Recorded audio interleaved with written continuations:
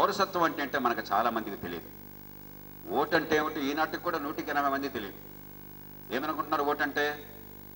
ఏదో మా ఓటు వల్ల నువ్వు రాజు అవుతావంట, నువ్వు రాజు అయిపోయి మాకు అన్నీ చేసి పెట్టాయి. అంతేగాని వ్యవస్థ ఏమిటి, దీనిలో పరిమితులు ఏమిటి, అవకాశాలు ఏమిటి, మన బాధ్యత ఏమిటి, ఇవన్నీ మనకి ఎవరికి ఎప్పుడు కూడా తెలియదు.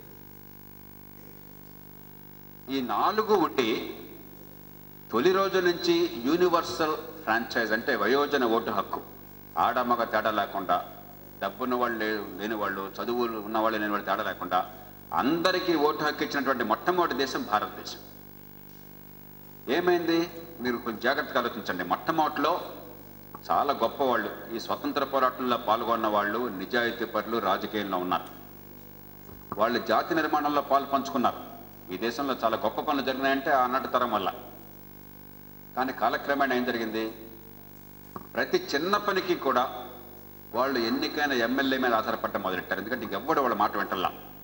వీడు ఓటు అడిగాడు కాబట్టి వీడు ఎంతో కొంత నా మాట వింటాడు, లేకపోతే రేపు పొద్దున ఓటేనని భయపెడతాను.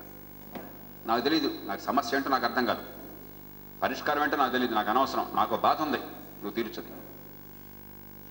ఈవేళ కూడా అయ్యా మా పిల్ల పెళ్లి కావట్లేదా, మీరన్నా చేయండి అంటారు. అయ్యా మా వాడు ఏపీఎస్సీ పరీక్ష రాశాడయ్యా, మీరు దానిలో సెలెక్ట్ చేయించండి. కదా అందరూ రాశారయ్యా, మీలాగా అందరూ రాశారు, ఉన్నవాళ్ళు మంచోళ్ళు కాదు, నాకు అనవసరం అయ్యా, మీరు చేయించి పెట్టండి అంటాడు. నిన్న నా దగ్గరికి వచ్చారు, నిన్న పొద్దున్న నా దగ్గరికి వచ్చారు ఈ మాట చెప్పి.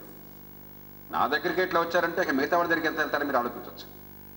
లేకపోతే మా వాడు కొంచెం ఎవరినో కొట్టాడయ్యా, పోలీస్ స్టేషన్లో కేసు అయింది, కేసు లేకుండా చేయండి అంటారు. చిన్నది కానీ పెద్దది కానీ ఎంఆర్ ఆఫీసులో సర్టిఫికేట్ కావాలయ్యా అంటాడు. అంటే ప్రతిదానికి కూడా ఎన్నికల ఆధారపడిపోయి వాడు ఊపిరి చలపకుండా చేసేశారు. ఈ దేశంలో అతిపెద్ద నాయకులు ఒకరు నాతో అన్నారు కొన్నేళ్ల క్రితం. నా నియోజకవర్గంలో ఈ మధ్య 5 రోజుల పాటు పర్యటన చేశాను. ఎక్కడికి పోయినా కూడా వందల మంది చుట్టూ గుమ్మిగొడుతున్నారు. వాళ్ళ సమస్యలు, ఈ సమస్య ఆ సమస్య అని చెప్పి ఉక్కిరి బిక్కిరి చేసేస్తున్నారు. ఒకటి పట్టించుకుంటే ఇంకో 100 మందికి మీద పడిపోతారు. ఏం చేయాలో అర్థం కావట్లేదు. కనీసం నాకు పవర్ ఉంది కాబట్టి నేను ఎవరన్నా మంచి కేంద్రంలో మంత్రి కావకుండా ఫోన్ చేసి నువ్వు చేయని చెప్పి నా నియోజకవర్గంలో ఒక పని చేస్తాడు, పెద్ద పని ఏమైనా చేస్తాడు. అసలు మిగతా ఎంపీలు ఎమ్మెల్యేలు ఏం చేస్తారు నాకు అర్థం కావట్లేదు అని చెప్పారు.